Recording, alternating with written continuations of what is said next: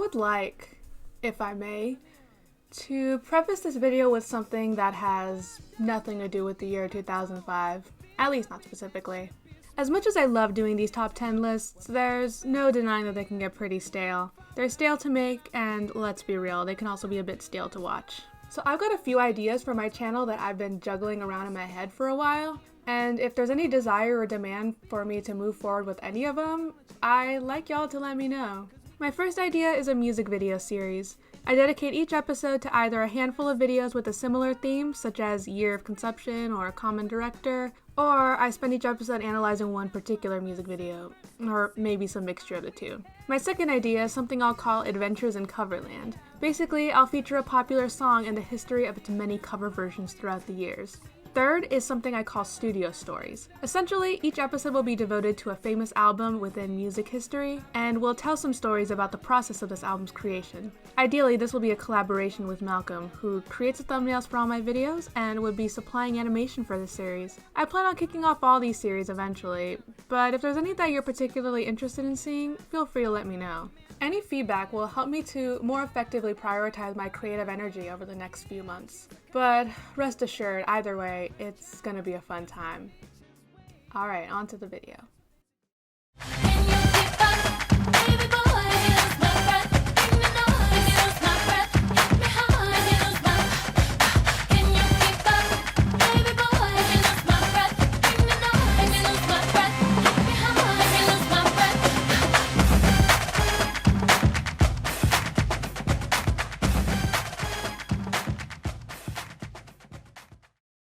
So here we are, 2005, the year of Bush, Katrina, and gay cowboys, among other things.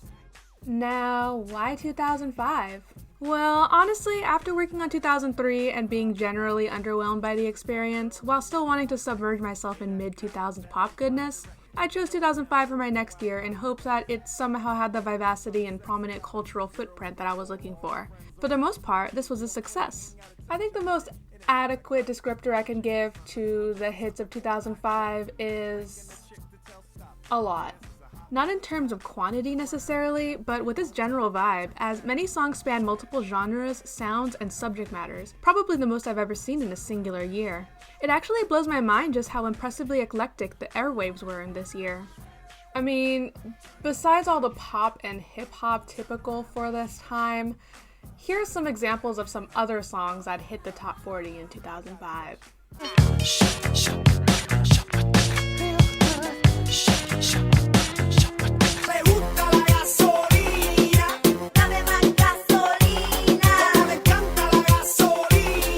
Listen to your heart when he's calling for you.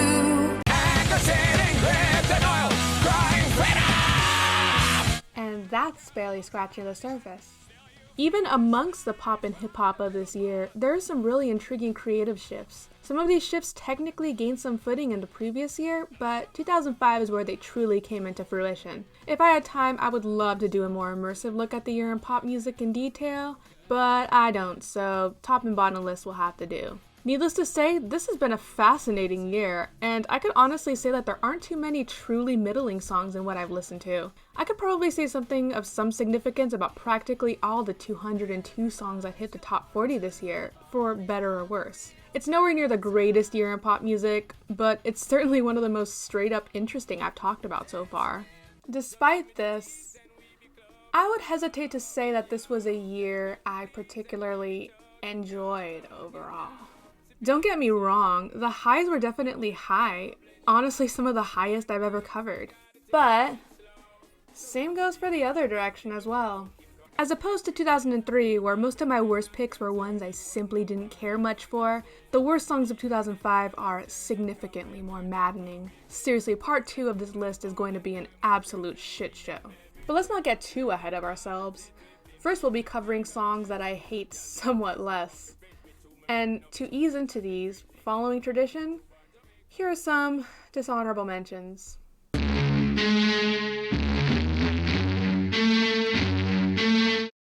Coming over to give you that raw. Favorite position is from the back door. Girl, you know the drill, don't ask no questions. And right off the that, we have a prime example of one of the biggest plagues of pop music this year. Explicit, utterly insatiable horniness. And don't get me wrong, I'm no prude. I love me some Jodeci and Keith Sweat every now and again. But this one is totally ineffective, from the dull chorus melody to the juvenile erotica in its lyrics, to that faceless woman voice repeating yes in the exact same intonation every time. I'm trying to give you that thing to make you say yes. From the kitchen floor down to the fireplace. Yes. This just sounds like every blandly manufactured sex jam under the sun. And I do not like. I actually enjoy 112's earlier hit Peaches and Cream much more than this one. At least that one's got a good beat. This one rides on this repetitive twinkling beat that feels so emotionally removed from these lyrics. And again, just why? Turns out this would be the last single from the group before they were dropped from Def Jam and subsequently split up. Honestly, I don't miss them. And then he was gone some beach somewhere. You ever get in the mood to listen to long-haired Blake Shelton sing about his day's troubles, ending each narrative with a cringy dad joke? Yeah, me neither. That's literally all this is, though. Each verse in this one is a pretty mundane account of a particularly discomforting, relatable life experience, like going to the dentist and losing your parking space? From out of nowhere, a Mercedes-Benz came cruising up and whipped right in. I guess. And each of these verses ends with the titular pun. Some bitch. It's just all so dumb, and I could never get into it. If there's one positive criticism I could give to this one, though, probably that the understated production is really refreshing to hear after currently being oversaturated by the polished bombast of 2020 bro country. But yeah, in this case, pretty fiddles can only get you so far. Saying I love you, it's not the words I want to. You can basically take everything I said about More Than Words in the 1991 Dishonorable Mentions and plug them here. Though at the very least, the singing here isn't quite so shouty, which fits the mood better overall. Nonetheless, it's still corny as hell, and placing a hip-hop beat under this already lip melody fails at squeezing any more life out of it. What do you say? Frankie J's singing here is pretty ridiculous, and the shakiness with which he performs every line is awfully distracting. It should be noted that Frankie J stuck around for a few years between 2003 and 2006, but sadly never managed to recapture the magic he accomplished with Don't Wanna Try. Quite a shame. He probably would have had the potential for greatness had he not played it so safe. For the record, his big hit from this year, Obsession, is I guess. Better than this one for sure, though not by very much. Here we go once again for the ladies. This is probably the one song on this Dishonorable Mentions list with the greatest amount of potential. I mean, Nivea had that cool Don't Mess With My Man song back in 2003, and that song is just plain charming.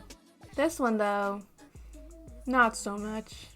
I guess if I squint hard enough, there's a pretty fun party song hidden somewhere here, but that means I gotta look past this generic club beat, Lil Jon's forceful ad-libs, and lyrics that just don't really pass the test for me.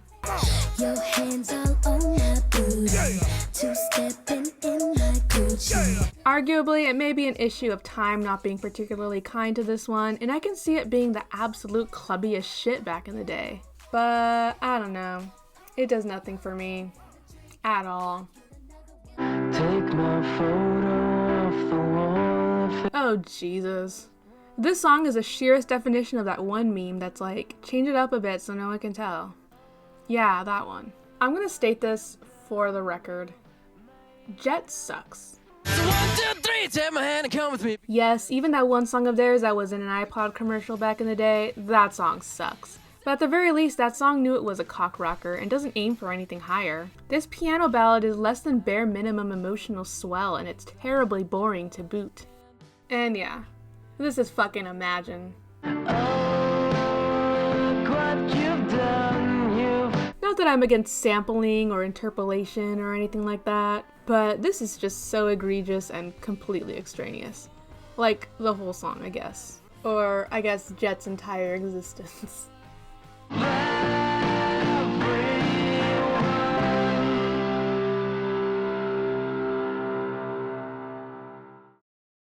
Alright, now that those are out of the way, let's get started on the year that introduced us to Webkins, YouTube, and the nation's inexplicable 2-year obsession with penguins.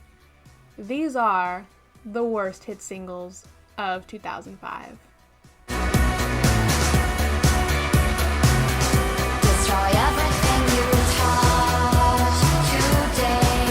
So I've already revealed to y'all some stuff about my past during the year or so I've been making videos on this channel. But I'm about to drop the biggest bombshell of them all. My confession is, I used to be emo. Your lipstick is calling up by the angel, I know. Yeah, while I tended to dabble in some edgier rock music all throughout my middle school years, 2005 was probably the year where I fully immersed myself in the emo stereotype. Or at least a popified version of it. Dyed hair, thick eyeliner, dark clothing, a nihilistic disposition, you name it, I took it on. And yeah, I listened to all that music for sure. These days, I continue to have an appreciation for the pioneers of the genre, like Sunny Day Real Estate and Jimmy Eat World, but I definitely stuck to the more mainstream side of things when I was 13. Basically anything that got regular play on Fuse TV, I was all over. In general, probably due to my connection with the subculture as a youngster, I tend to be pretty defensive about the whole emo trend. Sure, it can be cringy, but it was all in good fun and creativity and stuff. Every now and then, though, I'll look back to the popularity of the trend as a whole, and can't help but think, yikes, that was pretty bad, wasn't it? I tear my heart open, I sew myself shut, my weaknesses. Yep, here we go. Yet another song that got a whole lot of plays on my iPad Nano all those years ago. And yeah, I know what some of y'all are thinking. And trust me, I know. Cut my life into pieces, this is my last resort. Papa Roach aren't an emo band per se. The origins of Papa Roach lie more in line with the trend of nu metal, a subgenre of hard rock marked by elements of hip-hop, funk, and angrier, angsty lyricism. I guess there is some kind of overlap between nu metal and emo, though I think by the mid-2000s, the mainstream popularity of emo had eclipsed that of nu metal, which had its own peak in the late 90s to early 2000s. The consequence being that bands previously characterized as nu metal would often soften up their image to assimilate into audiences' desires. While I would argue that some of these reinventions were actually quite successful, such as with Linkin Park's Minutes to Midnight and Slipknot's The Subliminal Verses, others weren't so fortunate. Scars comes from Papa Roach's third major label album, Getting Away with Murder, a record that marks a sharp departure from the band's nu metal sound into something more in the alternative metal scene. Judging from the title track alone, it's clear that vocalist Jacoby Shaddix demonstrates more of a tendency towards straight-sung melodies as opposed to the erratic rapping of their earlier career. Honestly, this title track isn't too bad. It's pretty useless, but the energy is all in the right places, and it's clear that the band is playing in their comfort zone. Scars is where it all fucking falls apart. Drunk and I'm feeling down, and I just wanna be alone. Even though the instrumentation chugs along pretty okay, it's still rather subpar, and Shaddix's vocals are even worse. Nothing wrong with changing up one sound, but it's clear that such a defined melody as this really isn't his bag. Tear my heart open, I sew myself shut. And maybe the limp production would be enough for me to dismiss this as plainly forgettable, but then we got those lyrics. The speaker of the song is essentially addressing a companion or lover who is particularly troubled by some vague issues. Through a flurry of mixed metaphors, Shaddix explained that, try as he might, this person might be beyond help. I tried to help you once, against my own advice. And I understand that the intent is to carve this as a romanticized version of a problematic relationship, which I have my own issues with, but that's a whole other tangent. I understand this, but it also feels like the speaker is emphasizing his own penchant for helping others in some lines. And my weakness is that I care too much. You're drowning in the water, so I offered you my hand. Compassion's in my nature. While also explicitly coming off like a dismissive asshole in other lines. Just wanna be alone. I'm pissed 'cause you came around. Why don't you just go home? I mean, I get that everyone has their limits mentally and emotionally, but maybe hyping yourself up as a particularly empathetic individual isn't a good look when there are no examples to support this. I left my heart open, but you didn't understand. But you didn't understand. Go fix yourself. And making a whole song about how big of a fuck up your friend is, yeah, that alone is just not the coolest material to rock out to, in my opinion. I'm sorry, but I gotta move on with my own life. Maybe I'm reading too much into it, but I just can't deny the bad taste in my mouth with which this left me, coming back to it after so many years. Not to mention that it doesn't sound quite as epic and emotionally resonant as it had for 13-year-old me. This is one scar I'm happy to let fade away with the passing of years.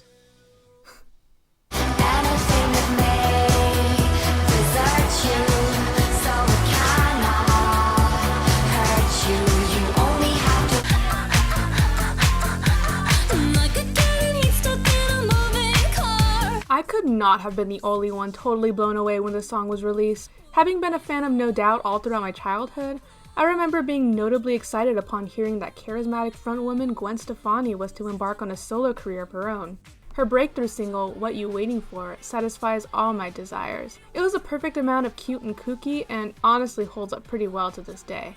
I recently gave another listen to Love Angel Music Baby, and yeah, it's not perfect, but there's more than enough here to keep me satisfied. And looking back on this singles run, well, also not perfect by any means, but it's quite decent.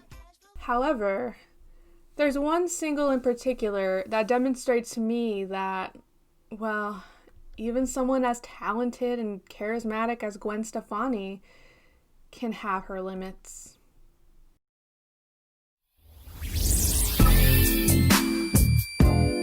C'est pas possible cet amour, c'est incroyable. Tu me fais transpirer.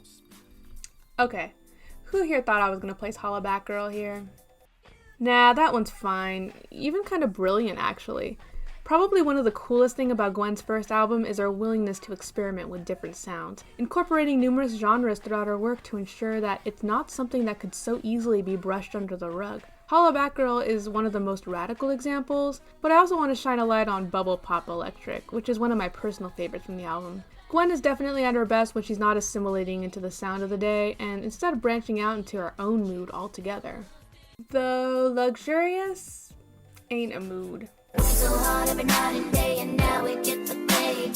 So let's get the most obvious aspect of the song out of the way. The instrumental here is a druggy sample of the soul classic Between the Sheets, originally by the Isley Brothers. Modern listeners might be more familiar with its use in Big Papa by the Notorious B.I.G. With its instantly familiar bass groove and synthesized hook, this instrumental is arguably the most sensual music line of all time. It just screams dimmed lights and satin sheets.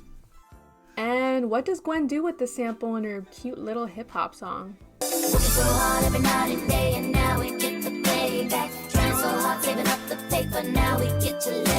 Slows it down to plain sluggishness and adds a particularly grating G-funk hook over it. Great. Kind of remarkable that the sound's so bad too, considering that its producer not only worked on a couple other songs from LAMB that I enjoy pretty well, but also some of my favorite Bjork songs ever. What gives? Anyway, let's not spend too much time on this terrible production. I have other complaints too. Sugar, honey, sexy baby, when we touch. I really don't know what Gwen Stefani is going for with his vocal delivery, but it honestly just creeps me out. Every line she sings in these verses sound like she's constantly on the verge of turning into a literal toddler. It's just so extra, but not in an interesting way toward which Gwen tends to veer. This kind of love is getting expensive. And it's not like any of the other hooks work much better. I actually didn't realize that Gwen was capable of making something so dull and listless at this point in her career. It's pretty sad. Working so hard every night and day, and now we get the payback. At its surface, this song sounds like nothing more than empty flexing about the more material things in life. In actuality, Gwen is using these material things as a mere metaphor for how much she and her partner are in love. We're so rich in love, we're rolling in cashmere, got it in fifth gear, baby. which is such an awkward cop-out. Like, if you're gonna make a song about being rich and famous, might as well go for the full Monty. Quit with the humility, Gwen. And these lyrics about wealth and prosperity, which are actually about love and romance, profess with this inane vocal delivery. I really don't know what Gwen is trying to accomplish here. Whatever it is, it's not very successful. And that's before we get to one of the most grating bridges of the entire year. Seriously, whatever mood the song was aiming for has all come tumbling down with just that single word and its repetition. Annoying as fuck. On another note, okay, I'm just gonna say it. As a pale Latinx of Mexican descent, I think I'm qualified to say that this music video is horribly appropriative, like, to absolute comical levels. Gwen, stop trying to be Frida Kahlo. It ain't gonna happen. Certainly one of the most embarrassing relics in the career of a woman who, frankly, makes a lot of embarrassing decisions. I'm done with this. Destroy everything you touch today. Destroy me this way. Everything you touch. I swear, I'm not trying to make it a thing. I really, really, really don't want it to be a thing. But if you're gonna make a song bad enough to be deserving of a spot on this list, then I'm gonna have to do the thing. Yeah, I know sometimes things may not always make sense to you. And there it is. Shady's back. Tell a friend. Now, I'm not trying to make Eminem a staple of this channel's worst lists, but if there ever comes a year where he makes a song that I dislike to any significant degree, it's probably gonna make the list, or at least the dishonorable mentions. Anyway, this time we got an Eminem song from the near universally panned encore phase of his career. I'm aware that I'm far from the first person to mention this, but it's actually really remarkable how someone with as much lyrical and flow dexterity as Eminem could downgrade as hard as he had with the singles run, and probably the album as a whole. Y'all should prepare to wait patiently for the day when I cover 2004 and have an opportunity to tear Just Lose It to shreds. Nonetheless, in 2005, the big single from this album was Mockingbird, a sentimental ode to Eminem's daughter Haley, as well as his niece-turned-adopted daughter Lainey. Lainey uncle's crazy, ain't he? Yeah, but he loves you, girl, and you better know. Here, he outlines the struggles that the family, including M's estranged wife and Haley's mother, had to endure during their early lives together, with circumstances marred by drugs, violence, and poverty. This isn't the first time that Eminem has penned a melody devoted to his daughter, as this song was preceded by Haley's song from the Eminem Show. Now, that song ain't perfect. In particular, it was probably a bad decision on Eminem's part to sing on the track. He ain't good at it. But for what it is, it's a pretty sweet tune and demonstrates a particularly new bit of capability for Eminem as an artist, performed with as much emotional sensibility as I think Eminem is capable of regarding the topic. Now, flash forward to 2005. We got Mockingbird now, wherein Eminem is singing again.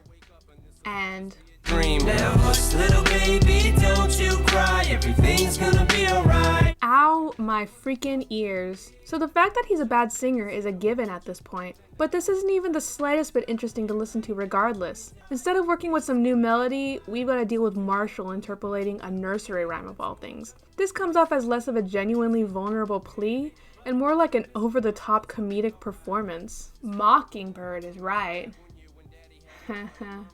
I'll keep this one pretty short, partially because I'm still overcoming my previous Eminem hangover, but also because my complaints about this song are relatively straightforward, with no additional analysis needed. The instrumental to this one is dull as hell, with the piano lines simply repeating that nursery rhyme motif. Eminem's flow on his verses is really weak and grating only after a short period of time. What world we got in this world, when it spins, when it swirls, when it whirls, when it twirls, two little beautiful girls. Further weakening the serious subject matter presented in these verses. And these lyrics themselves, while pretty touching in theory, feel too much of a stream of consciousness narrative to really stick. These rhymes are rather limp, and a number of the stories outlined here are actually harmed by their specificity and detail. I remember back one year when daddy had no money. Mommy wrapped the Christmas presents up and stuck them under the tree and said some of them were from me, cause daddy couldn't buy them. I'll never forget that Christmas. I sat up the whole night crying. Like, sure, these are important memories to hold close, but it also feels like maybe they'd be more fitting for a personal letter as opposed to a hit single.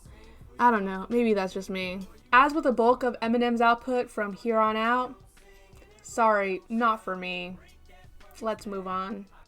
Take your gun, wash you out of the sun, what you touch, you don't feel. Yes, sir. No. No, sir. Yes, sir. Got new shoes on the ride. Yes, sir. Rolling down 95. Yes, sir. And you can see in my eyes. Yes, sir. And I'm looking for. So here, we've got another example of what we initially seen with the 112 song in the Dishonorable Mentions. Like 112, Pretty Ricky are an R&B group that specialize in sex jams on the raunchier side of things. But unlike 112, or actually most R&B groups of their ilk, Pretty Ricky's style lies more on the hip-hop side of things, with their verses rapped by members Baby Blue, Spectacular, and Slickum, and Pleasure P adding in a melodic chorus to tie all things together. They aren't the first group to implement this dynamic, but in 2005 they were probably the most prominent. Wonder if I take you home, would you still be in love, baby? Okay, Black Eyed Peas technically counts, but they're different, shut up. Anyway, I gotta admit that outside of these pretty clear facts about their work, I haven't looked too deeply into Pretty Ricky's discography. But like, would you blame me? Pretty Ricky are a group that broke through in 2005 and essentially disappeared as soon as 2005 ended. Probably the bigger hit from that year was our breakthrough, Grind With Me, released earlier in 2005 and breaking into the top 10. Revisiting it now, Grind With Me is pretty awful. The R&B production is so cheap and by the numbers, and these sex-fueled lyrics try way too hard for the vulgar porno angle to really work at all. I make 'em laugh and giggle, cut 'em a little, suck on a nipple, lit the whipped cream from the middle. It's kinda gross, but mostly just laughable. But the thing is, I don't rate every single song based upon the same qualifiers every single time. Not even songs of the same artist or genre or any other common trait. Because although one song can have practically every single part of it come off as incredibly inept, sometimes the overall experience of listening to another song that otherwise has its own strengths can compel me to rank it even lower in my brain. Let me explain. Got new shoes on the ride. Yes, sir. Before I get into tearing the song apart, let me talk about the one thing I really do like about it. That being the first half of Pleasure's chorus. I swear, against all judgment, I constantly find myself singing along to this. The melody is pretty nice and has a nice retro R&B vibe to it. Like, I can imagine the guys from Jodeci singing this line, and that's despite the utterly grating ad-libs alongside it. We ain't gotta make love. Yes, sir. And we can just cut love. Yes, sir. It's pretty nice, to be honest. But then the second half of the chorus comes in, where it all devolves rather quickly. And damn it, I'll beat it up. Yes, sir. My body, your body, my body. Just plain drab repetition, far less charismatic than what had come before. I can't sing along to this, certainly not with this rhythm that sounds more like playground teasing than bedroom cooing. But what comes next is even worse. I don't know why, but the ladies call them Baby Blue the sticker. They take me and rape me and make me they victim. I mean, momentarily setting aside that this line is terrible, especially as an opening, goddamn is that changing mood a huge whiplash. It's so bad. And to be honest, this opening minute is most of the reason why this song ranks so highly on this list. You see, where Grind With Me is terrible to its very core, from the very first seconds all the way to the ending fade out, My Body is an even worse song in my eyes, mainly because it lulls the listener into something that feels relatively pleasant to the ears, only to crash it to the ground in one fell swoop. Even worse is the fact that this catchy chorus to dumb verses transition happens like 3 more times over the course of the song. And believe me, these verses are dumb. Trying to hit her up like an Everlast punching bag. Hotter than a biscuit out the oven. Not to mention that bleep bloops in the instrumental give me nothing to work with. So the song doesn't even sound good.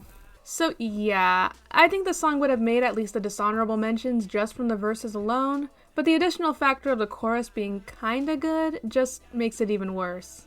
I don't know if that makes any sense, but that's how it works for me, I guess. Now let's move on to the songs that don't have a single passable quality to their name. God damn it, 2005.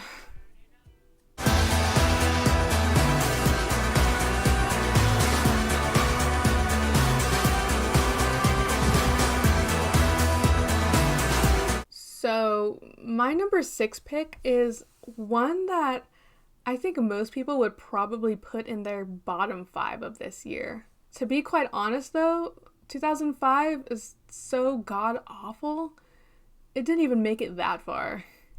Yikes.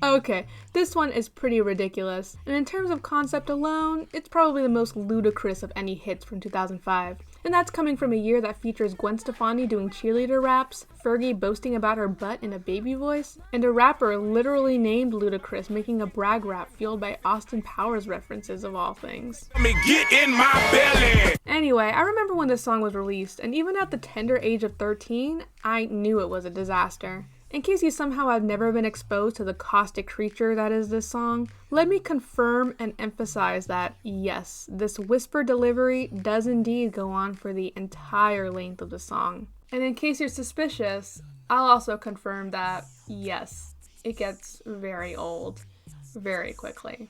I mean, the Ying Yang Twins have always been at least a little bit outrageous, them along with Lil Jon and the East Side Boys being at the center of the 2000s crunk boom. We got a taste of crunk back in 2003, and it continues to spread its tendrils 2 years later. But the thing about crunk is, it's a lot. The production in this genre is boisterous, the lyrics are mindlessly hedonistic, and the vocal deliveries of its performance definitely make themselves known, and then some. So I think it's reasonable to assume that the sheer density of these party songs might start to get old to listeners more faster than normally. I mean, the bulk of the Ying Yang Twins post-03 hits feature other performers not normally associated with crunk, like Pitbull and Wyclef Jean, potentially as a way to offer some variation to the tired sound of the genre. This continues until finally, in 2005, the Ying Yang Twins arrive, this time unaccompanied by any guest stars, and with a wholly different sound. Hey, how you doing, little mama? Let me whisper in your ear. Tell you something that you might like to hear. Which makes me wonder, could it be possible that Wait the Whisper song is meant to be tongue-in-cheek in a way? I mean, their closest ally in the scene would be Lil Jon, and the bulk of his fame comes less from his music and more for his larger-than-life personality and penchant for explosive ad-libs. But with this song, well, let's just say I could definitely imagine the brainstorming session that must have conspired when devising this song's concept. It's still got all that sex talk up the wazoo, and the prominent bass rhythm means that this can still be played in clubs. And yeah, the whispering makes sense too, because, you know, pillow talk. But you see, with this song, the Ying Yang Twins managed to accomplish the impossible. Somehow these whispered vocals are even more grating than Lil Jon's exclamations.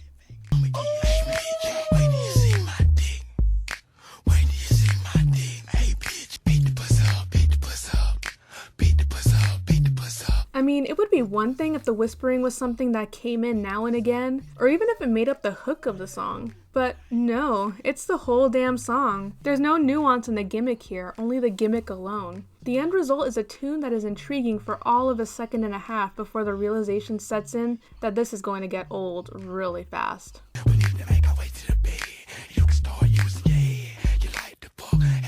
As for the pillow talk thing, yeah, I don't buy it. Once again, this would work if the whispering appeared at only one instance, or sporadically at most. Whispering during sex can be a turn-on for some, but I find it hard to believe that there's a human being on Earth who whispers full paragraphs worth of dirty talk in the sack. This just gives the listener the burden of having to picture all these raunchy situations stipulated in the lyrics, which is about as fun as reading painfully mediocre erotic lit. But then we've got that annoying booming bass in the backdrop of it all, which makes it even worse. I haven't talked much about anything else in this song. outside of the whispering, but frankly, there really isn't much more to say. As I mentioned earlier, 2005 was quite an emphatically horny year. This hasn't been the only uber-sexual song on this list so far, and believe me, it won't be the last. In any case though, these lyrics are completely disposable, mildly irritating, and most importantly, definitely unsexy. I would probably humor the idea of Yin Yang Twins recording this song as an ironic gesture towards the crunk genre as a whole, given that it seems possible that they would have that sense of humor. But as a work of art, it adds nearly nothing to the table that hasn't already come through the airwaves before, and much better. And what it does bring to the table is shit. I swear, it's songs like these that make me want to sign off on the whole sex thing for good.